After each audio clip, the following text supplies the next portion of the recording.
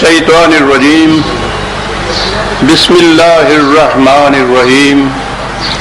عزیزان من، آج جولائی 1984 کی 6 تاریخ ہے اور درس قرآن کریم کا آغاز سورہ عبس سے ہوتا ہے، 80ویں سورت 10۔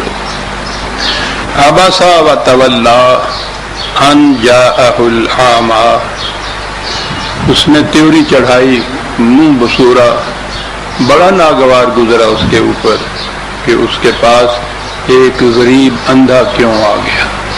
بات اتنی سی ہے، تشریح بعد میں کروں گا۔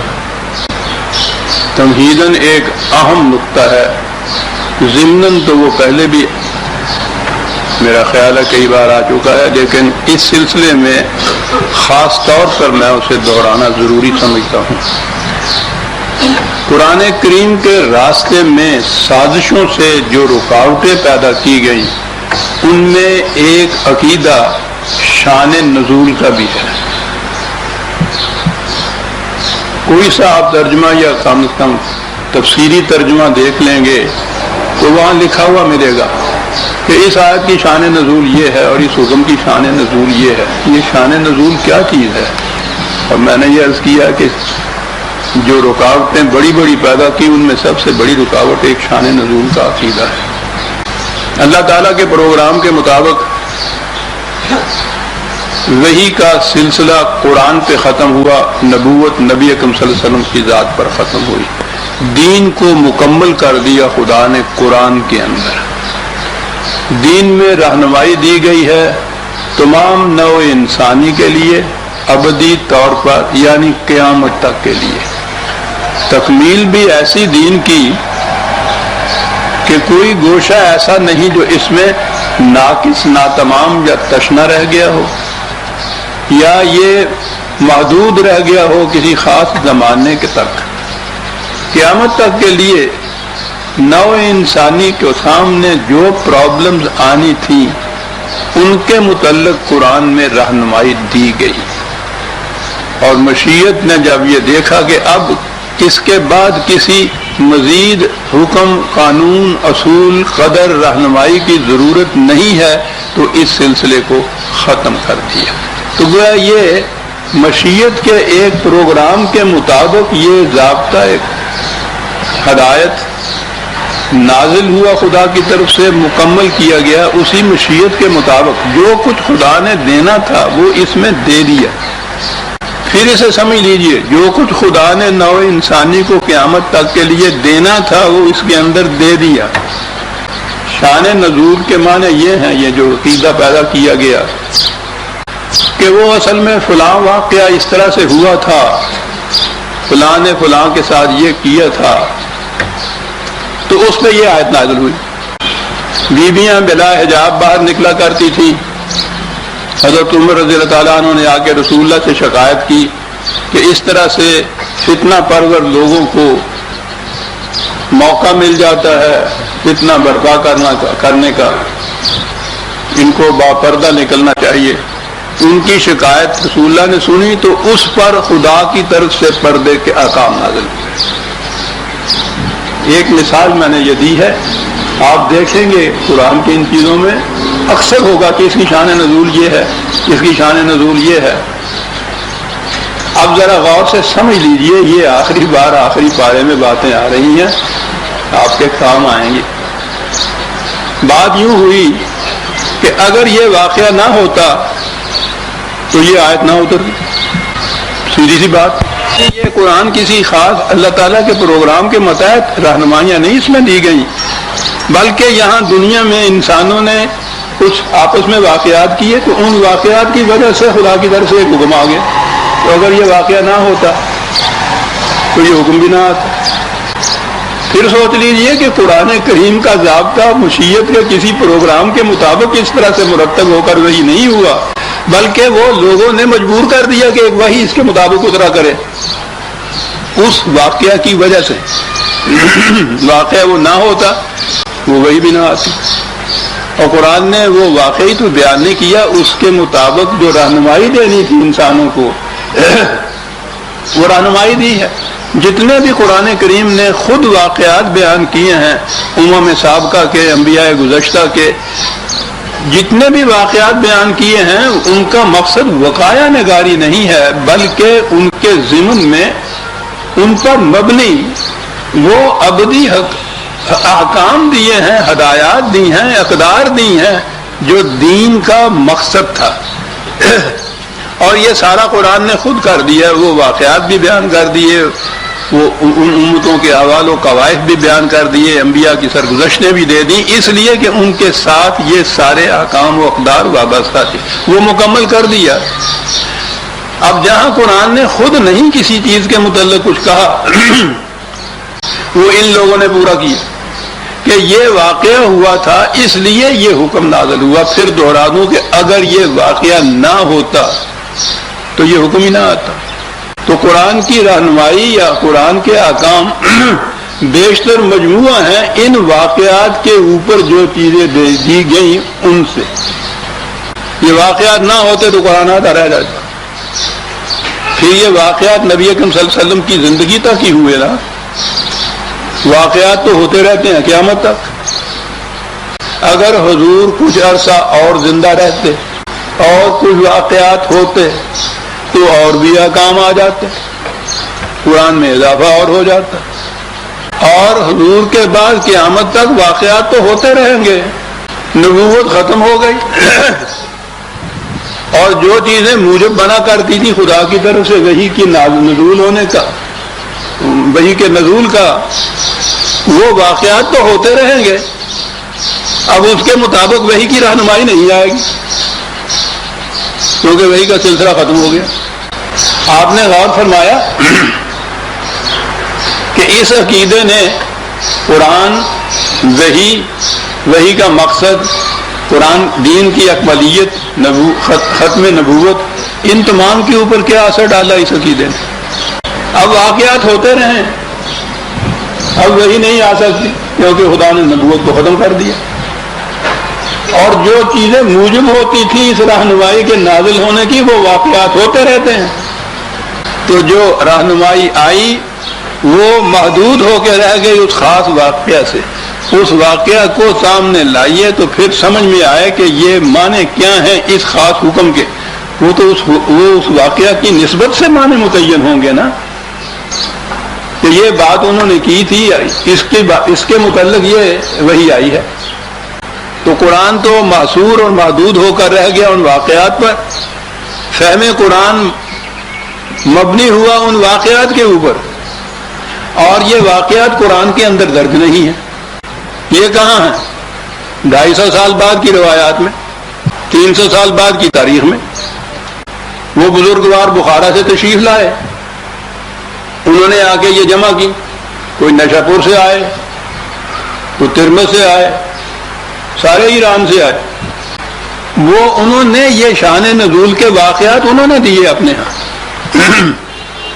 اب جو واقعہ انہوں نے دے دیا اس آیت کے معنی اس سے متعلق ہوگا، وہی مفہوم ہو گیا، اس کا پابند کر دیا قرآن کی ان رہنمائیوں کو ان واقعات کے ساتھ جو انہوں نے اپنے ہر روایات میں درج کی ہے۔ تو آپ نے غور فرمایا کہ قرآن کے ساتھ اس ایک عقیدے نے کیا کیا۔ اب اگلی بات یہ رہی کہ وہ پھر یہ عقیدہ کیوں وضع ہوا اور کیوں یہ چیزیں کی گئیں، اس کے تحت تو بڑی چیز ہے، گنجائش نکلا اس سے بڑی بڑی سازشیں کرنے کی۔ یوں بات سمجھ میں نہیں آئے گی، ایک مثال عرض کرتا ہوں میں۔ سورہ نور میں 24/11 سے یہ شروع ہوتا ہے واقعہ، مشہور ہے عام طور پہ عفق حضرت عائشہ رضی اللہ تعالیٰ عنہ۔ عفق کے معنی ہوتا ہے کسی کے خلاف تہمت لگانا، تو یہ لفظ آپ نے سنا ہوگا، عام مشہور ہے، بڑی شہرت اس کو دی جاتی ہے۔ واقعہ قرآن کریم میں یوں ہے، یہ جو آیات ہیں، ان الذین جاءوا بالعفق عصبۃ منکم، یہ لوگ جنہوں نے یہ تہمت تراشی تھی یہ تم میں سے ایک گروہ تھا، اور وہ جو ان کا سرگنا تھا قرآن نے کہا لہو عذاب علیم، اگلی آیت میں یہ ہے کہ اب آئی وہ رہنمائی جو دینی تھی قرآن نے. رہنمائی یہ ہے کہ جب کسی کے خلاف کوئی تہمت لے کے آئے، کوئی اس قسم کی خبر لے کے آئے، تو دیگر مقامات میں ہے کہ جب کوئی فاسق کوئی خبر تم پر لے کے آئے تو اسی وقت اس پہ اعتماد نہ کر لیا کرو اور اس کو آگے نہ پھیلایا کرو، اس کی تحقیق کیا کرو. اور حکومت کے متعلق یہ ہے کہ بہتر یہ ہے کہ جو متعلقہ آفیسر حکومت نے مقرر کیا ہو اس کی طرف ریفر کیا کرو کہ وہ اس کی تحقیق کرے، خود بخود اس کو لے دوڑے نہیں، کاتا اور لے دوڑی یہ نہ کیا کرو. اس سے معاشرے میں فتنہ پھیلتا ہے. یہ احکام قرآن میں موجود ہیں. اسی سلسلے میں یہاں بھی یہ کہا کہ جب یہ لولا اس سمعتموہ ظن المؤمنون والمؤمنات بانفسہم خیرا، تو پہلا رد عمل تمہاری طرف سے یہ ہونا چاہیے تھا قالوا ھذا افک مبین. یہ تو آن دی فیس آف اٹ جیسے کہتے ہیں نا، یہ تو نظر بظاہر معلوم ہوتا ہے کہ یہ تہمت تراشی کی ہے، یہ بہتان ہے، یہ صحیح نہیں ہے. تمہارا رد عمل یہ ہونا چاہیے تھا. اس کے آگے ہے ولولا اذ سمعتموہ قلتم ما یکون لنا ان نتکلم بہذا. تمہیں کہنا چاہیے تھا کہ ہم پہ قطعاً ہمارے لیے یہ زیبا نہیں ہے کہ ہم یوں ہی اس چیز کو پھیلا دیں، سنی اور لے کے چلے گئے، بلکہ سبحانک ھذا بہتان عظیم. یہ ایک بہتان نظر آتا ہے. یہ آیات ہیں، اس میں قرآن نے کہیں نہیں بتایا کہ وہ کون خاتون تھی جس کے خلاف یہ بہتان تراشی ہوئی، یہ کہیں نہیں آیا. قرآن نے جو رہنمائی اس میں دی ہے اس کے لیے یہ ضرورت ہی نہیں تھی اس بات کی کہ وہ نام دیے جاتے، واقعات کی تفصیل بیان کی جاتی، سوال ہی نہیں تھا. پھر وہ داستان شروع ہوتی ہے. آیات میں نے پیش کی آپ کے سامنے، اس کا صحیح اور آسان ترجمہ بھی آ گیا. ان کی روح سے ان آیات کا مفہوم سمجھنے میں کسی قسم کا کوئی الجھاؤ پیدا ہوتا ہے، کوئی پیچیدگی ہے اس کے اندر، کوئی ابہام کسی قسم کا قرآن میں تو کہیں ہے بھی نہیں. لیکن بالخصوص میں یہ عرض کر رہا ہوں اس لیے کہ آگے بات چلے گی، اتنی بیمار ہوگی کہ بالکل قریب المرض، اور اس کے بعد ایک دن آپ تشریف لائے تو اللہ تعالیٰ نے یہ وحی بھیجی اور اس نے یہ کہا، میری عصمت کی گواہی دی، اور اس پہ رسول اللہ صلی اللہ علیہ وسلم جو تھے وہ مطمئن ہوئے اور پھر مجھے گھر لے گئے. بڑی تفصیل کے ساتھ اس قسم کی سازشیں تو پھر تفصیل کے ساتھ بیان کی جاتی ہیں نا. جب افسانہ ہی مطلوب ہو تو افسانے کی تو ہر شک پوری کی جاتی ہے. ملخص یہ ہے جو میں نے عرض کیا ہے آپ کے ساتھ. آپ سوچئے کہ مقصد تو حضرت عائشہ رضی اللہ تعالیٰ عنہ کے خلاف ایک بہتان تھا، لیکن یہ نہیں سوچا افسانہ نگار نے، یہ لوگ سوچا نہیں کرتے تھے کہ تیرے نشتر کی ذات شریان کیسے ناتواں تک ہے، رسول اللہ صلی اللہ علیہ وسلم کے متعلق کیا تصور قائم ہوتا ہے. قرآن کہہ رہا ہے کہ پہلا ریئیکشن یہ ہونا چاہیے تھا، یہ کہنا چاہیے تھا کہ نہیں یہ بہتان ہے، یہ اس کے عظیم ہے. رسول اللہ نے یہ نہیں کہا. قرآن نے یہ کہا کہ جب اس قسم کی کوئی خبر آئے تو اس کی تحقیق کیا کرو.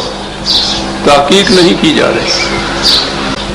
قرآن نے یہ خود کہا ہے تہمت لگانے کے سلسلے میں، اسی سورہ نور میں ہے قذف جس کو کہتے ہیں، کہ قذف کی صورت ہو کوئی بہتان تراشی کرے تو اس سے کہو کہ 4 گواہ لاؤ اس کے لیے، اور وہ ایسا نہ کر سکے تو اس کو سزا دو. یعنی بہتان کے سلسلے میں یہ سارے احکام خود قرآن میں موجود ہیں. بہتان کا چرچا ہوتا ہے. رسول اللہ صلی اللہ علیہ وسلم ان میں سے کسی حکم کی بھی تعمیل نہیں کرتے. معاذ اللہ معاذ اللہ.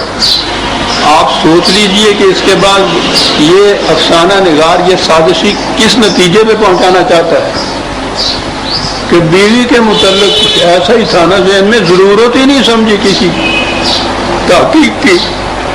یہ کہنے کی کہ یہ بہتان ہے، بلا تحقیق لے کے بھیج دیا، چرچا ہوتا رہا۔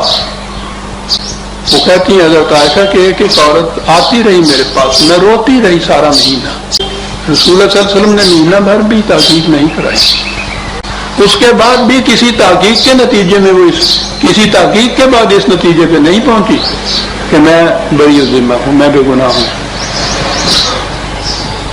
اللہ تعالیٰ نے وہی بھیج کے ان کی بریت۔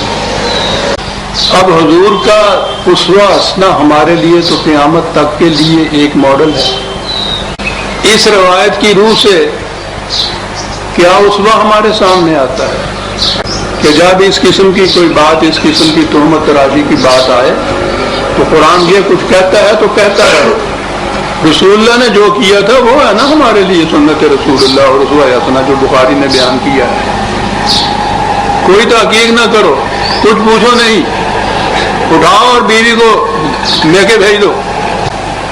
اب آگے جا کے مشکل پیش آ گئی۔ رسول اللہ نے کسی تحقیق کے بعد یہ نہیں کہا کہ نہیں یہ غلط ہے، یہ بہتان ہے۔ وہی آئی، ان کو تو وہی آ گئی، ہم پہ تو وہی نہیں آئے گی۔ ہم نے جس کو لے کے بھیج دیا وہ تو گئی۔ یہ ہے عزیزان من ان آیات کی شان نزول۔ شان نزول، اے محمد گر قیامت را براری سر بے خاک، سر برارو ہی قیامت درمیان خلق بھی۔ ان کو کچھ احساس نہیں ہوا کہ ناموس رسالت کسے کہتے ہیں۔ حضرت عائشہ یا ازواج المومن ام المومنین ہیں، یہ مائیں ہیں، اپنی ماؤں کے متعلق خیال نہیں آیا کہ کیا کہہ رہے ہیں ہم۔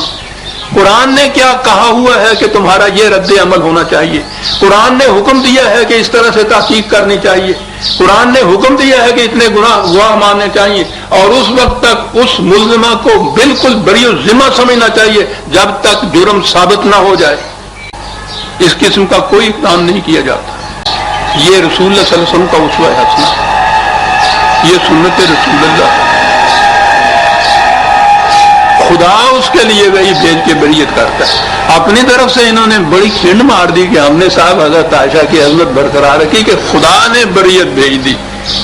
جی رسول اللہ کے متعلق کیا خیال گزرا آپ کا؟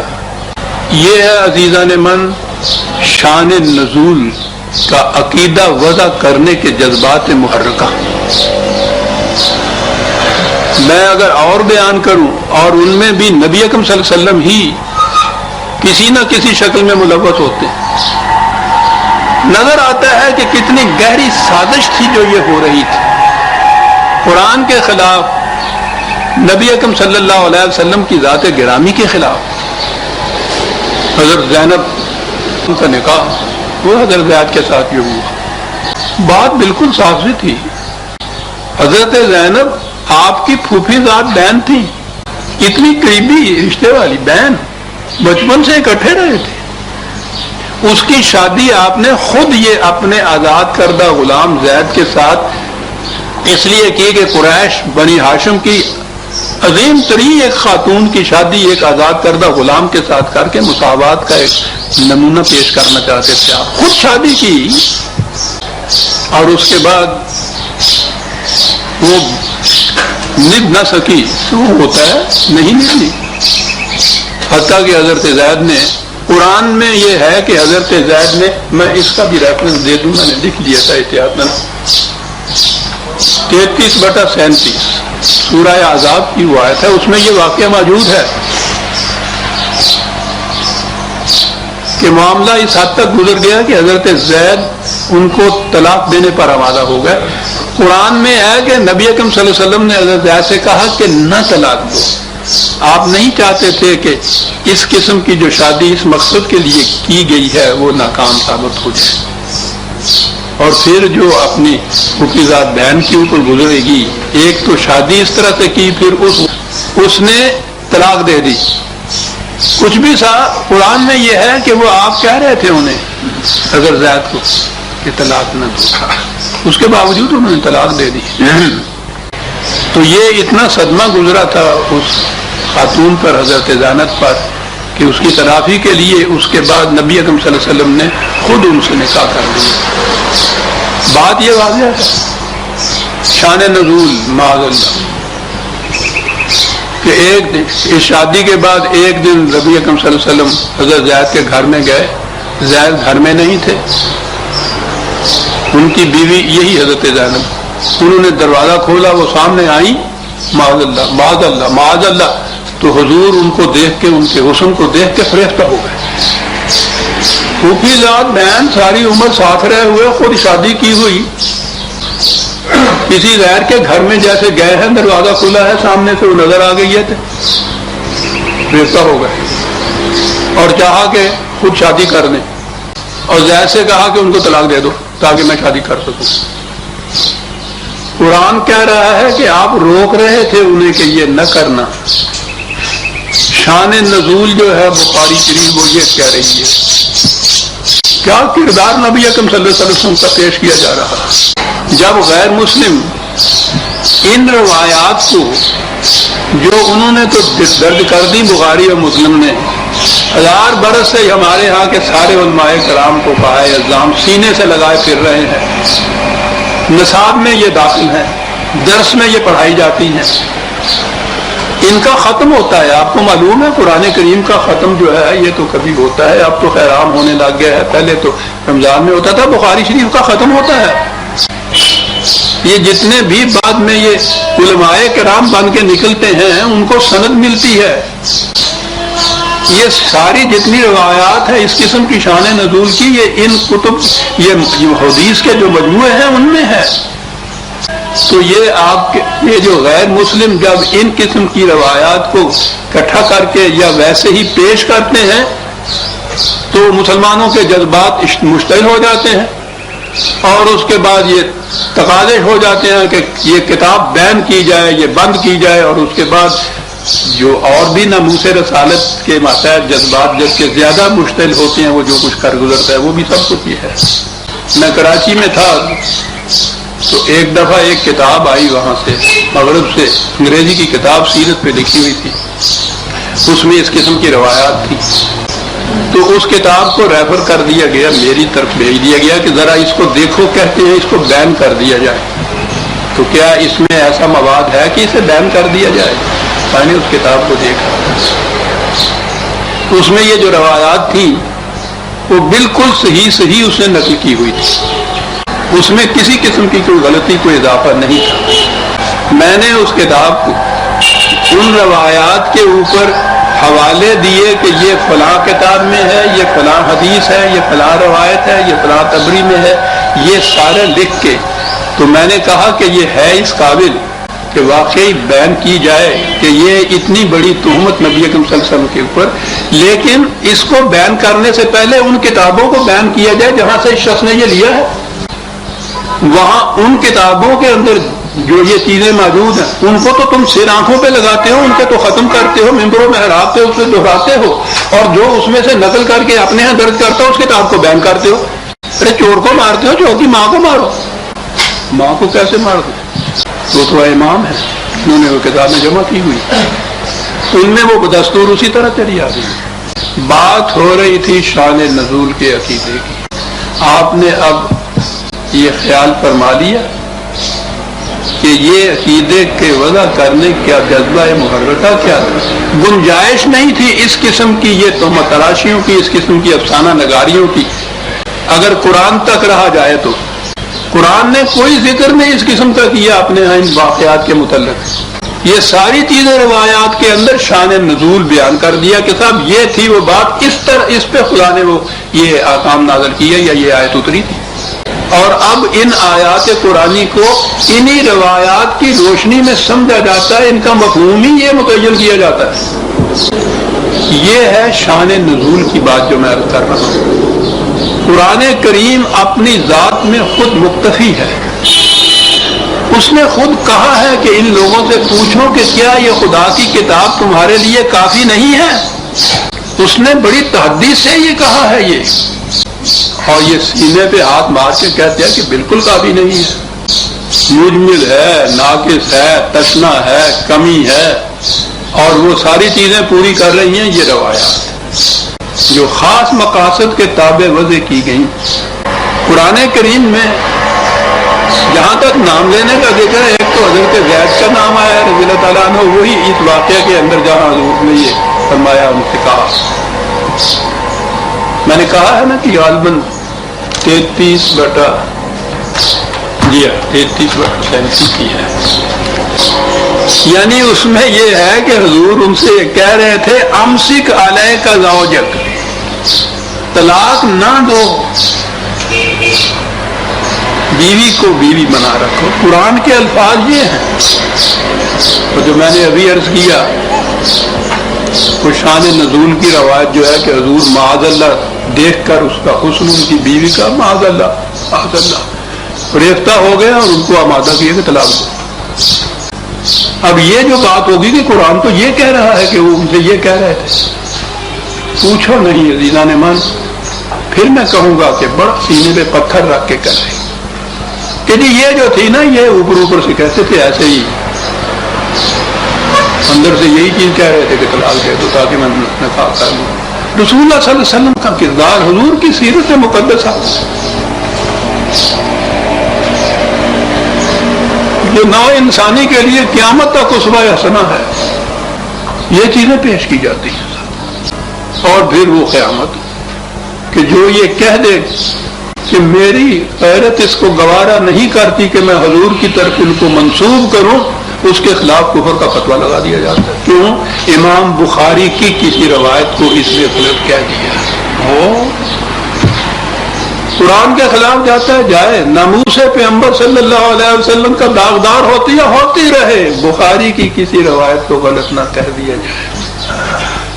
ان سے بھی بلند مرتبہ ہے ان کا بخاری اور مسلم کا۔ عزیزان من، قرآن کے سمجھنے میں یہ یاد رکھیے، میں نے عرض کیا ہے کہ نام جو لیا ہے تو یہاں قرآن نے صرف یہاں حضرت زید کا نام ایک دم سارے قرآن میں اس واقعے میں ہے، یا وہ ابی لہب کا نام ہے، تبت یا ابی لہب، وہ کسی کا نام نہیں قرآن نے لیا۔ یہ شان نزول کے لیے ایک ایک آیت چن کے لاتے ہیں، یہ اس کے متعلق ہے، یہ اس کے متعلق ہے، اس کے متعلق آ گیا، اس کے متعلق آ گیا، اور ساری چیزیں اسی قسم کی سازش کی۔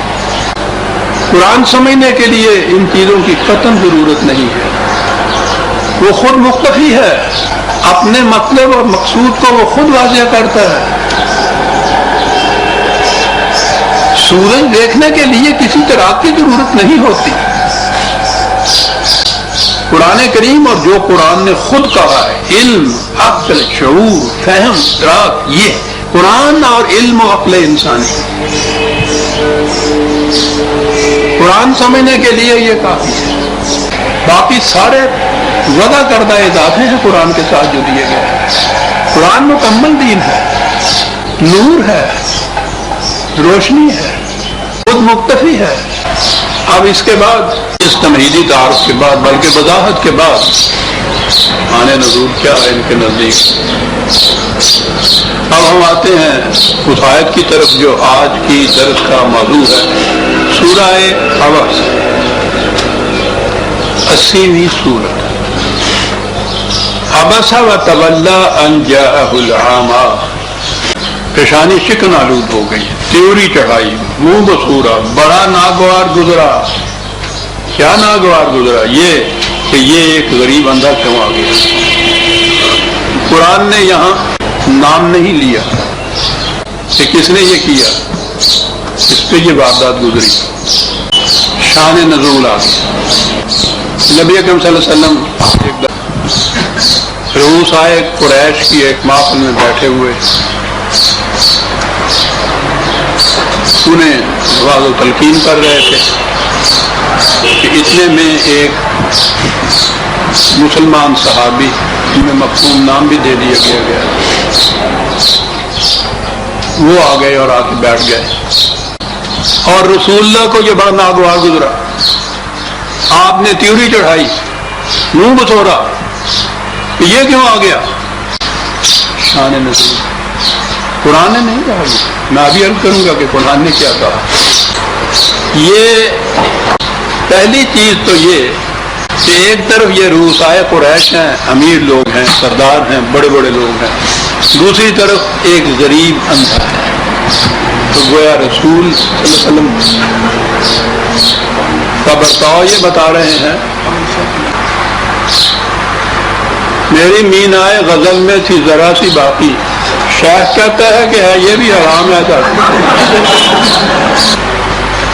نبی اکرم صلی اللہ علیہ وسلم تو خاتم النبیین، جہاں سے شروع ہوئی یہ بات سلسلہ وحی کی اور رشد و ہدایت کی اور نبی کی حضرت نوح علیہ السلام، وہاں سے کیا بات شروع ہوئی ہے؟ قرآن نے اس میں پورے قصے میں بات کیا کہی ہے؟ بات یہ کہی ہے کہ اس دعوت کے اوپر لبیک کہنے والے، جنہیں یہ لوگ نچلے درجے کے کہتے تھے، کمین کہتے تھے، کمی کہتے تھے، کنجڑے کہتے تھے، یہ تھے جو ادھر آئے. اور یہ جو بڑے بڑے سردار تھے یہ آئے اور یہ آ کر حضرت نوح سے انہوں نے یہ کہا کہ ان لوگوں کو اگر تم نکال دو تو ہم آئیں گے، اس لیے کہ یہ ہو نہیں سکتا کہ ہمارے برابر ہی یہاں بیٹھے ہوئے ہوں، ہم ان میں سے معروف ہوں، یہ نہیں ہم برداشت کر سکتے. آتے ہیں، ہم قبول کرتے ہیں تمہاری دعوت کو، ان کو نکال دو. اور اس کے جواب میں پھر پہلی دعوت کے جواب میں یہ کہا ہے کہ تمہیں معلوم نہیں ہے کہ ان کا صدق و خلوص، ایک ایک کا صدق و خلوص تمہارے جیسے ہزاروں کو نچھاور کیا جا سکتا ہے ان کے اوپر. کیا کہتے ہو تم؟ یہاں معیار دولت اور حشمت اور عزت و وقار نہیں ہے، یہاں معیار ایمان اور خلوص ہے. جو اس کے ساتھ آئے گا وہ معزز اور مکرم ہے، وہ میرا مقرب ہے، میرے قریب بیٹھے گا. تمہاری خاطر اگر میں انہیں نکال دوں گا، خدا مجھے اپنی بارگاہ سے دھکا دے کے نکال دے گا. پہلی دعوت. اور ہر نبی کی سرگزشت میں یہ چیز چلتی آتی ہے. قال الملأ الذین، وہ سردار جو تھے انہوں نے آ کے یہ کچھ کہا. نبی نے کہا کہ مجھے تمہاری کچھ پرواہ نہیں ہے، صدق کے دل سے آتے ہو تو آؤ، نہیں آتے ہو تو جاؤ. یہاں یہ بات نہیں ہے کہ مجھے یہ بڑے بڑے لوگ اپنی پارٹی میں شامل کرنے ہیں کہ کسی طرح سے میں کامیاب ہو جاؤں، سوال نہیں ہے. یہاں تو یہ ہے کہ صدق کے دل سے اور خلوص سے کون اس کو قبول کرتا ہے. یہ انبیاء کرام کا پورا شیوا اور ان کے ہاں کی یہ روش چلی آ رہی ہے، قرآن کی تعلیم چلی آ رہی ہے، اور بنیاد ہے یہ قرآن کی تعلیم کی. انسانیت کی مساوات ہے جو قرآن جو تلقین کرنے کے لیے آیا ہے. یہ کچھ والے نبی اکرم صلی اللہ علیہ وسلم انہی انبیاء کرام کے آخری کری. پھر نبی اکرم صلی اللہ علیہ وسلم کے متعلق تو خود قرآن نے یہ کہا انک لعلی خلق عظیم، کہ آپ تو انسانیت کے خلق عظیم پہ حامل ہیں.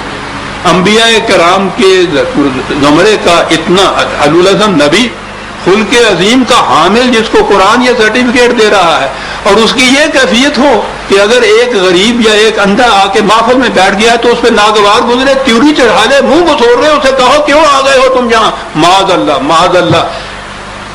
یہ اس کی شان نزول بیان کی جا رہی ہے. آیت کا اصل مطلب کیا ہے وہ شیخ صاحب نے پابندی لگا دی. آئندہ درس میں عزیزان من یہ ہوگا. آج کچھ ویسے کی کہا ربنا تقبل منا انک انت السمیع العلیم.